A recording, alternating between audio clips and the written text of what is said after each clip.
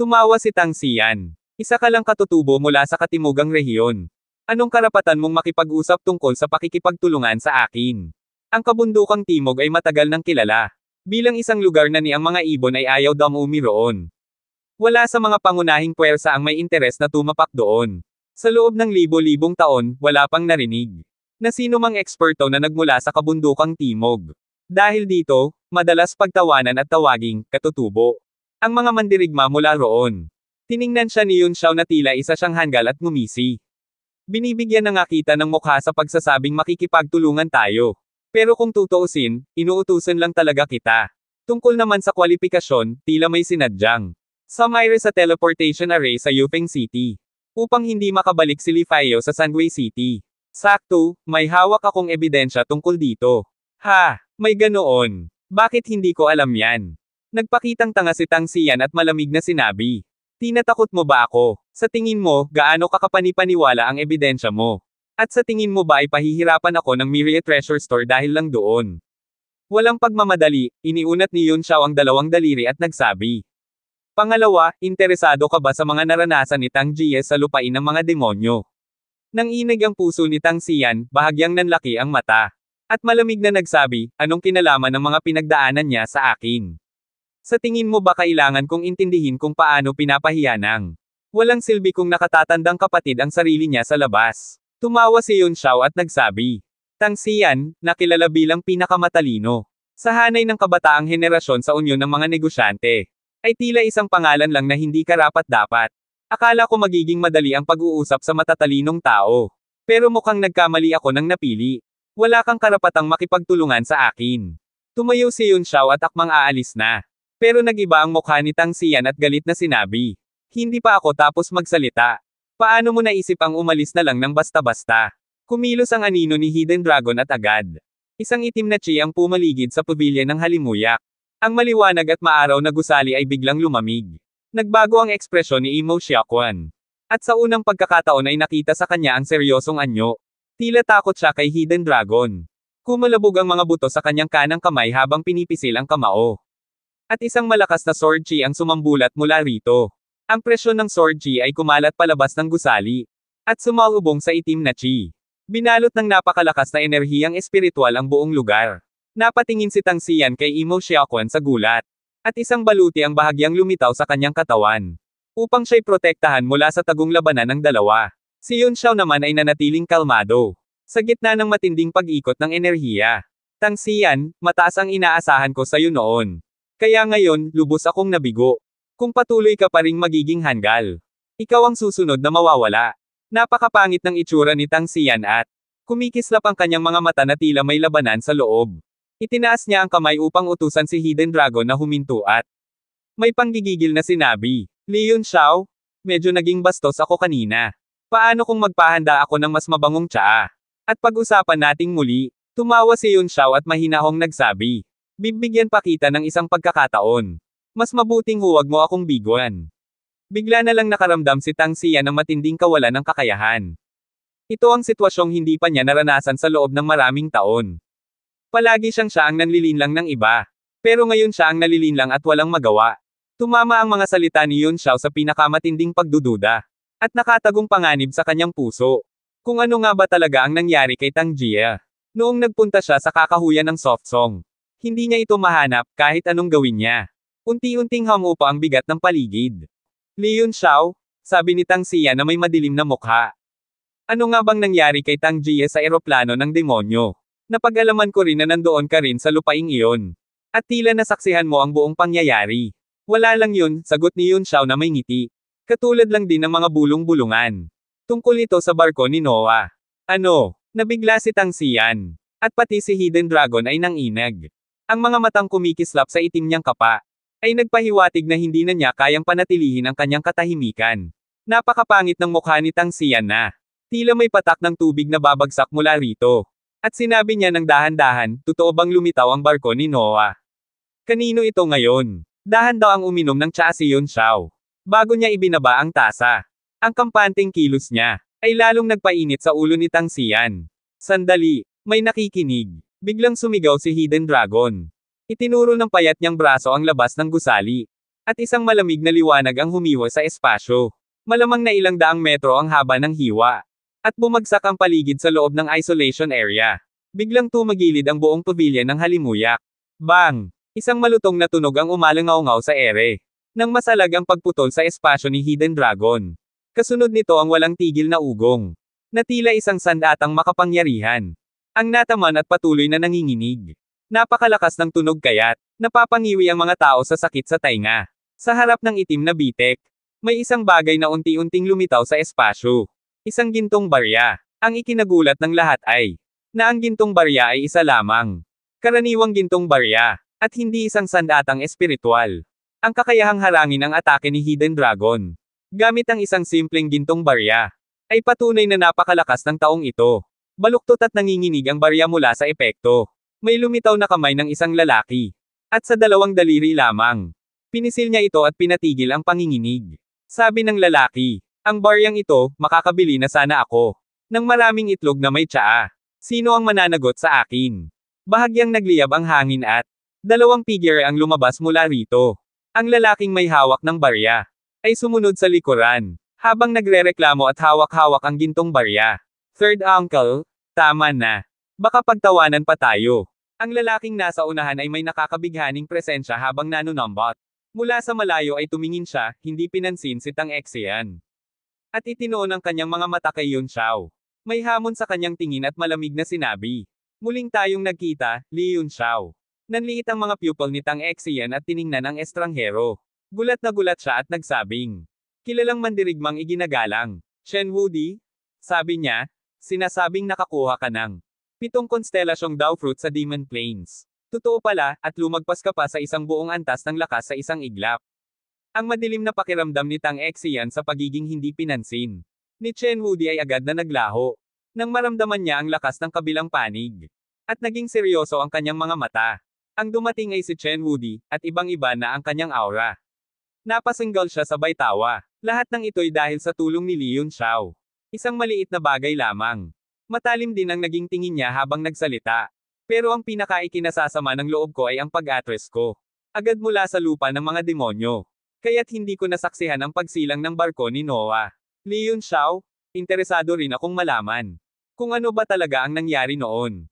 Ang mga salitang, barko ni Noah, ay tila pa ng mahiwagang kapangyarihan.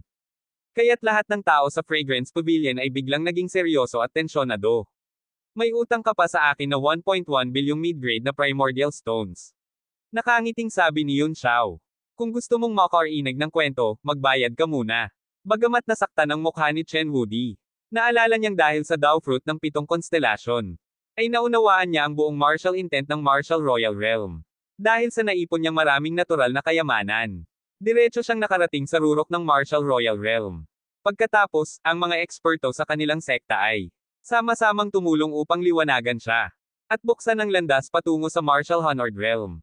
Sa ganitong kaso, napakalaki ng ambag ni Yun Xiao. Sa pagkamit niya ng Dao Fruit ng 7 konstelasyon. At karapat-dapat lang talaga ang halagang 1.1 bilyong mid-grade primordial stones. Sa pag-iisip na iyon, hindi na naging maramaw si Chen Wudi.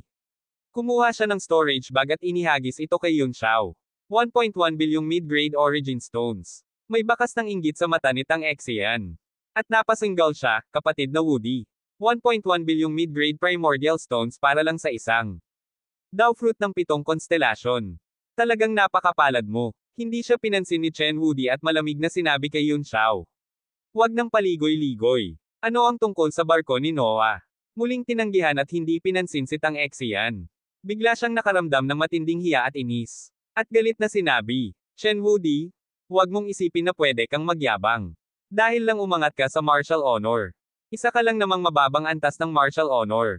At kahit ako pa, o kahit ang walang silbing kapatid ko, ay kayang-kaya kang patayin. Tiningnan siya ni Chen Wudi nang may paghamak. Ikaw na nagpapakilalang magaling sa estratehiya. Pero sa mata naming lahat, isa ka lang namang payaso. At isang masamang nilalang. Ang tunay na tamang landas ay ang patuloy na palakasin ang sarili at sumugod sa rurok ng martial Dao. Sa bagay na iyon, malayo ka pa kay Tang Jia. Napakaduwag mo. Nagpakita ng galit sa mukha si Tang Exian. Pero pinigilan niya ito at malamig na sinabi. Ayos. Ayos lang. Chen Wudi, tatandaan ko ang mga sinabi mo ngayon. Makikita mo ang kapalit niyan balang araw. Sok! May paghamak sa mukha ni Chen Wudi habang hindi siya pinapansin. At tumingin kay Yun Xiao. Magsalita ka na. Sabihin mo ng detalyado ang lahat ng alam mo. Lahat-lahat. Ngumiti si Yun Xiao habang pinapanood ang pagtatalo ng dalawa. At saka nagsabi, parang gustong-gusto ninyong malaman ang katotohanan. Parehong napakunot noo sina Chen Wudi at Tang Exian. Hindi nila alam kung ano ang ibig niyang sabihin. Pero sabay silang tumango. Magaling. Pumalakpak si Yun Xiao at tumawa. Dahil pareho niyong kailangan ang tulong ko. Akala mo magiging madali. Napakurap si Chen Wudi, nang itim ang mukha at ngumisi, alam kong hindi ka magiging ganon kadaling kausap. Anong ibig mong sabihin na kailangan mo ang tulong ko? Sa tingin mo ba makakaalis ka pa rito ng buhay kung hindi mo linawin ang lahat ngayon? Paglamig ng kanyang tono, muling naging tensyonado ang paligid sa pavilion, na para bang anumang oras ay maaaring sumiklab ang labanan. Uminom ng tsaa si Yun Xiao at nakangiting nagsabi, Kapatid Wudi, si binatang Tang Exian ay kasing init lang ng ulo mo kanina. Umupo muna tayo at uminom ng tsaa para lumamig ang ulo. Tungkol sa kung makakaalis ba ako rito, hindi mo na kailangan alalahanin yun. Ang inaalala ko ngayon ay ang kalagayan ni Tang Jia. Pareho kayong may matinding ambisyon, kaya huwag kayong basta-basta malagas nang hindi ninyo namamalayan. Malamig na sagot ni Chen Wudi, kahit ano pa ang sabihin mo, huwag kang umasa na makakakuha ka ng kahit anong benepisyo mula sa akin. Ang tanong ko lang, si Tang Jie ba ang nakakuha ng barko ni Noah? Nainis ang mukha ni Yun Xiao, at ang tsaa sa kanyang kamay ay biglang lumamig. Kapatid Wudi, mukhang hindi na tayo pwedeng maglaro ng masaya, kaya tapusin na natin ito. Paalam. Humph, yang mga ganyang palabas mo, pwede mong gawin kay Tang Exian. Sa harap ko, walang silbi ang mga ganyang estratehiya. Ipinalawak ni Chen Wudi ang kapangyarihan ng kanyang domain, at sa isang kisap ng gininto ang liwanag sa kanyang kamay, bumuo siya ng isang seal at inihagis ito kay Yun Xiao. Li Yun Xiao? Gusto ko ring malaman kung anong antas na ang narating mo, at kung karapat-dapat ka pa bang makipaglaban sa akin. Dahil sa biglaang pag-atake ni Chen Wudi, muling naging napakabigat ng tensyon sa paligid. Gayunpaman, ang kanyang ikatlong tiyuhin sa likuran niya ay patuloy lang na nilalaro ang baluktot na gintong barya. Paminsan-minsan ay masama siyang tumingin kay Hidden Dragon, na parang sinisisi ito sa pagkasira ng kanyang barya. Samantala, si Imo Xiaochuan ay nakatayo lamang sa ere na malamig ang aura. Bahagya pa nga siyang umatras upang bigyan ng espasyo ang mga maglalaban. Basta't hindi kikilos ang mga Martial Emperor level na nilalang, wala rin siyang balak makialam.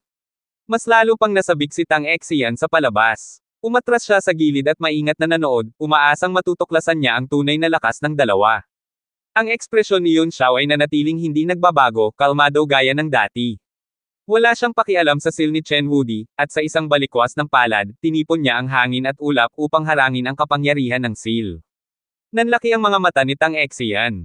Ang isang bituin na Martial Emperor cultivation ni Yun Xiao ay lumampas pa sa isang buong antas upang maipataob ang kalaban, isang bagay na lubos niyang ikinagulat. At hindi lang siya ang nagulat, pati ang ikatlong tiyuhin, na tila walang pakialam kay Hidden Dragon, ay biglang napatingin at nabighani. Si Chen Wudi, nakilala na ang lakas ni Yun Xiao, ay hindi masyadong nagulat. Napasinggal siya at binago ang seal sa kanyang kamay. Sa ilalim ng kanyang kontrol, ang gintong liwanag ay naging isang matalim na espada na humiwa sa Wind and Cloud Palm ni Yun Xiao. Ngunit nanatiling kalmado si Yun Xiao. Gumawa siya ng ilang kakaibang kilos gamit ang kanyang mga kamay at mahinang ipitin ng dalawang daliri ang blade beam. Sa sandaling iyon, nagbago ang ekspresyon ng ikatlong tiyuhin at ni Hidden Dragon. Ang kapangyarihan ng mga batas ng langit at lupa ay bahagyang dumaloy sa pagitan ng dalawang daliri ni Yun Xiao. Bagamat mahina ito, hindi ito nakaligtas sa paningin ng dalawa, at lubos silang nabigla. Maging si Chen Wudi ay natigilan. Inakala niyang kayanan niyang supulan si Yun Xiao matapos siyang umangat sa martial honor, ngunit napagtanto niyang walang epekto ang kanyang domain sa kalaban. Bagkus, ang lakas sa pagitan ng dalawang daliri ni Yun Xiao ang lalong nagpapatibok ng kanyang puso sa kaba. Umatras. Demonyo ka talaga. Galit na bulong ni Chen Wudi.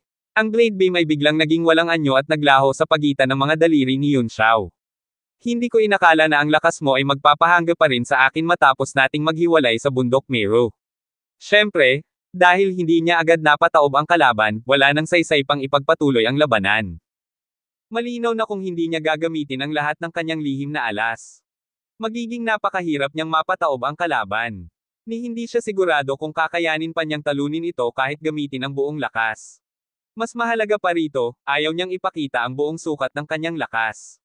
Pwede na ba tayong mag-usap ng maayos? Tumawa si Yun Xiao. Tumango si Chen Wudi at nagsalita. Napatunayan mo na ang iyong kakayahan. Sabihin mo, paano mo balak kaming perahan? Basta't hindi labis ang hinihingi mo. Susundin namin. Bagamat magaan ang tono ng kanyang mga salita, may kakaibang dating ito na nagpapakunot noo sa sinumang makarinig. Napangiti ng pilit si Yun Xiao. Kapatid Wudi, wala ka talagang konsensya. Ang benepisyong nakuha mo mula sa Dao Fruit ng 7 konstelasyon ay sobra-sobra pa sa halagang ibinayad mo. At sa pagkakataong ito, hindi rin ito naiiba. Ang impormasyong hawak ko ay magdadala rin sa inyo ng mas malalaking pakinabang kaysa sa ibinayad ninyo. Nang makitang huminto na ang laban, hindi naiwasan ni Tang Xia na makaramdam ng bahagyang pagkadismaya. Napabuntong hininga siya at nagsabing, diretsuhin na natin. Mahilig ba talaga si binatang yon sa mga paligoy-ligoy? Tumawa si Yun Xiao at sinabing, simple lang naman ang mga kondisyon. Dahil alam nyo na rin ang pagkakakilanlan ko. Alam nyo na rin ang panig ko. Siguradong paprotektahan ko ang Tianyuan Trading Company. Pero dahil inihayag nyo ang pagkatao ko, ang Tianyuan Trading Company ay napunta ngayon sa gitna ng unos. Kaya kailangan niyong tulungan akong lutisin ang problemang ito. Nakunat ang noo ni Tang Xian. Kasalanan mo kung bakit napunta sa krisis ang Tianyuan Trading Company. Anong kinalaman ko dyan? Huwag mong ibunton sa amin ang sisi. Marahang tinapik ni Yun Xiao ang mesa at may banayad ng ngiting sinabi. Hindi na mahalaga kung paano nagsimula ang krisis. Ang mahalaga ay kung paano ito lulutasin. Iyan ang dapat ninyong gawin. Kapalit ng impormasyon tungkol kay Tang Jia. Imposible. Malamig na sagot ni Chen Wudi. Nang uuyam siyang nagsabi, ang Tianyuan Trading Company ay hinaharap ngayon ang paghihiganti ng Chani Pavilion. At sangayon pa rito ang Myriad Treasure Store. Ito na halos ang kinatawan ng pananaw ng buong Merchant Union. Kapag lumantad kami, siguradong mahahati ang Merchant Union sa 2 panig. At lalo pang lalalim ang mga panloob na tunggalian. Ang magiging resulta nito ay hindi natin masasabi. Tumango rin si Tang Xian. Tama, napakalaki ng isyong ito. Pag-usapan na lang natin ang ibang bagay. Hindi. Umiling si Yun Xiao at napabuntong hininga. Kalangitan na ba ang sisire sa Tianyuan Trading Company? Sa katunayan, ang Chani Pavilion ay ginagamit lamang ng iba. Kung alam lang nila na ang Luochu Chamber of Commerce ay matagal nang wala sa kontrol nila. At nasa ilalim na ng pamumuno ninyo. Ewan ko lang kung magiging ganoon pa rin ang kasigasigan nila. Nawasakin ng Tianyuan Chamber of Commerce. Malakas na umubo si Tang Xian. Kitang-kita sa kanyang mukha ang pagkabigla. May panunumbat sa kanyang tingin at mariing sinabi. Binatang yun, ang sinasabi mo ay walang sapat na basehan. Hindi ko alam kung saan mo nakuha ang impormasyon mo. Pero hindi ka dapat basta-basta nagsasalita ng ganyan. Maliit na balita lang. Ngumiti si Yun Xiao at sinabi. Ang mga nalalabi sa Luochu Chamber of Commerce ay nasa kamay ko pa rin. At sabay-sabay nilang sinabi ang bagay na iyan. Nanlumo si Tang Xian. Galit na galit siya. Kung totoong ang kontrolado niya ang Luochu Chamber of Commerce. At matapos mamatay si Wu Jinzun ay naibalik ang especially iya. Wala nang ebidensyang matitira. Ngunit kung inutusan ni Yun Xiao ang Luochu Chamber na magpatotoo ng sabay-sabay, mapipilitang maniwala ang Empyrean One Pavilion kahit ayaw nila. At mas malalaking gulo pa ang tiyak na mangyayari. Hindi ko alam kung sinong walang hiyang tao ang nagpakalat ng ganyang irresponsibleng balita. Galit niyang sabi, hindi kailanman makikialam ang 4 extreme sects sa labanan ng Empyrean One Pavilion, ngunit ang pag-uugali ni binatang yun ngayon ay labis na nakatawag ng pansin, kaya't nais ni Tang Xian na makipagkaibigan kay binatang yun. Ganito na lang, maaari kong palihim na ipahirim ang ilan sa aking puwersa para tulungan kang labanan ang Empyrean One Pavilion. Hanggang doon na lamang ang makakaya ko. Malamig na ngumisi si Chen Wudi, kapatid Tang Xian, talagang ang bukas palad ka. Ako ba, si Chen Wudi, ay hindi karapat-dapat sa iyong pagkakaibigan? Bakit hindi mo rin ako pautangin ng kaunting puwersa? Lalo pang nena si Tang Xian. Ramdam niyang unti-unting pinipiga siya ni Yun Xiao, at labis itong hindi kaaya-aya. At sa sandaling ito, ininsulto pa siya ni Chen Wudi kaya't malamig siyang nagsabi, kung nais mo, binatang Wudi, wala akong tutol na dalhin ang mga piling mandirigman ng 4 extreme sect sa inyong money sect. Mas mabuting isipin mo muna kung paano mo tutulungan ang Tianyuan Trading Company na malampasan ang sakunang ito, sabi ni Yun Xiao. Kung hindi, huwag mo nang itanong tungkol sa Noah's Ship, ang Heaven and Earth chessboard, at ang makapangyarihang demonyo. Ano? May kaugnayan din ito sa Heaven and Earth chessboard ng isang hari level na guro at sa lahi ng mga demonyo. Labis na nagulumihanan si Tang Xian, at may bumalot na panloob na panlulumaw sa kanyang puso. Parang may naisip siya at hindi na siya mapalagay. Pigil ang galit, sinabi niya, gagawin ng 4 Extreme Sect ang lahat upang protektahan ang Tianyuan Trading Company. Sabihin mo sa akin ang lahat ng naranasan ni Tang Jie sa Demon Plane nang walang nilalaktawan ni isang salita. Huwag kang mag-alala, binatang Tang Xian, tumango si Yun Xiao. Dahil ako na mismo ang lumapit sa inyo, natural na makukuha ko ang lahat ng dapat makuha mula sa inyo. Nais ko ring malaman kung ano ang iniisip ni kapatid Woody. Hindi ako interesado sa Heaven and Earth chess game o sa lahi ng mga demonyo, malamig na sagot ni Chen Woody. Ang gusto ko lang malaman ay kung nasaan na ngayon ang Noah's ship. Tumayo si Yun Xiao na may ngiti, bahagyang yumuko at sinabing, kung interesado kayo sa aking kwento, maaari kayong manatili sa Tianyuan Trading Company at hintayin ang aking magandang balita. Makukuha nyo ang impormasyong kailangan nyo mula sa akin, kaya't ako'y magpapaalam na. Ang mga binatang talento ng Merchant Union ngayon ay talagang nagbibigay sa akin ng malaking presyon. Sobrang dami ng magagaling sa Heaven Martial Arts Realm, baka ako na ang susunod na maalis. Tumawa siya ng malakas, at siya at si M.O. Xiao Quan ay naging sinag ng liwanag at biglang naglaho. Kikilos sana si Hidden Dragon para habulin siya, ngunit pinigilan siya ni Tang Xian na may malamlam na mukha, hayaan mo na siya. Kahit abutin mo pa siya, wala ka na ring makukuhang dagdag na impormasyon. Binatang Ginoo, ang taong ito ay napakatuso. Ngayon ko lang siya nakita, malalim ang tinig ni Hidden Dragon. At kanina, noong umatake siya, tila ang tunay niyang lakas ay mas malalim pa kaysa sa ipinapakita niya sa panlabas. Natitiyak kong magiging malaking balakid siya sa hinaharap. Tumingin si Tang Xian kay Chen Woody at nagtanong, Binatang Woody, ano ang gagawin natin ngayon? Ano pa nga ba? Malamig na sagot ni Chen Woody. Kung gusto nating makuha ang impormasyon mula sa kanya, wala tayong magagawa kundi sundin ang gusto niya. Si Yun Xiao ay talagang ang si Yun Xiao. Hindi siya nagbago mula noong nasa Mount Meru siya, at tila mas naging arrogant pa. Ngunit wala akong pakialam sa lahat ng yan. Ang hinahanap ko ay ganap na lakas. Sa mundong ito, may mga taong kaibigan mo kung marunong kang gumamit. Pero kung hindi mo sila mapakinabangan, sila'y magiging kaaway mo. Tang Xian, matagal ka nang nag-aakalang matalino ka. Dapat alam mo yan. Third uncle, alis na tayo. May aasikasuhin pa ako pagbalik. Tinawag ni Chen Woody ang kanyang third uncle, at sa isang kisap mata, naglaho rin ito mula sa Fragrance Pavilion. Tahimik na pinanood ni Tang Xian ang pag-alis ng dalawa, at biglang naging seryoso ang kanyang tingin, habang ang mukha niya ay sobrang pangit na sa tindi ng pagkainis.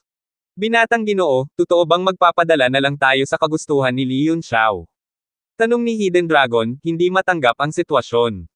Ayaw man, sinabi niya, iminumungkahi kung hulihin na lang natin siya ng direkta. Hindi ako naniniwala na hindi natin makukuha ang impormasyong gusto natin. Mabigat ang mukha ni Tang Xian at dahan-daang nagsalita. Napakadelikado niyan. Napakahalaga ng Tang Tribulation para sa akin. Noong una, kontrolado ang lahat. Pumunta lang siya sa Demon Land, pero mula nang bumalik siya, hindi ko na siya moari. Bukod pa roon, may mga misteryosong taong tumutulong sa kanya. Na marahil ay ang mga demonyong binanggit ni Yun Xiao. Kung hindi ako nagkakamali, ang kapalit ng paghahanap niya sa lahi ng mga demonyo ay malaking dami ng mga likas na yaman para sa kultibasyon. Noong nakaraan, pina-check ko sa matandang tagapangasiwa ng yaman. At napag-alaman namin na ang mga likas na kayamanan at mga primordial stone na dumadaloy papunta sa Tang Jie ay daan-daang beses na mas marami kaysa dati. Daan-daang beses. Paano pinayagan ng sekta ang ganitong kalaking bilang? Gulat na gulat si Yinlong. Si Zinzin kaya? Malamig na sagot ni Tang Xian. Yan nga ang ikinababahala ko. Baka nakuha na niya ang basbas ni ama, kaya't malaya na siyang magtalaga ng mga yaman. Pero kung nakuha niya ang pahintulot ni ama, anong klaseng tagong sandata meron si Tang Jie? Noah's ship kaya iyon? Bagamat mababa ang posibilidad na totoo ang hinalang ito, kailangan pa rin nating mag-ingat. Kung siya talaga ang kinikilalang may-ari ng Noah's ship, mapapahamak tayo. Habang lumalalim ang kanyang pagsusuri, lalo siyang naging irritable. Nagpatuloy siya. Mayroon pang Throne Heaven and Earth chessboard na binanggit ni Yun Xiao kanina. Ginoong Hidden Dragon. Alam mong ang pinakapinagkakatiwalaan kong sandata ngayon ay ang throne. Kung may anumang problema rito, tuluyan na akong mawawala ng suporta ni ama. Kahit tulungan mo pa ako, baka hindi na sapat iyon para makipaglaban ako sa Tang Jie.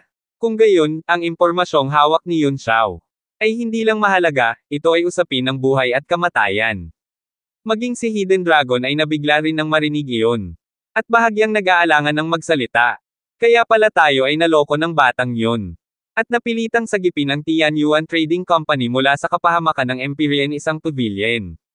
Malungkot na sagot ni Tang Xian. Tama, sa totoo lang. Kasalanan ko rin ito bilang si Tang Xian. Si Wu Jinzuan ay naging tao ko simulat sa pool. At ang Empyrean isang pavilion ay nagpagamit lang.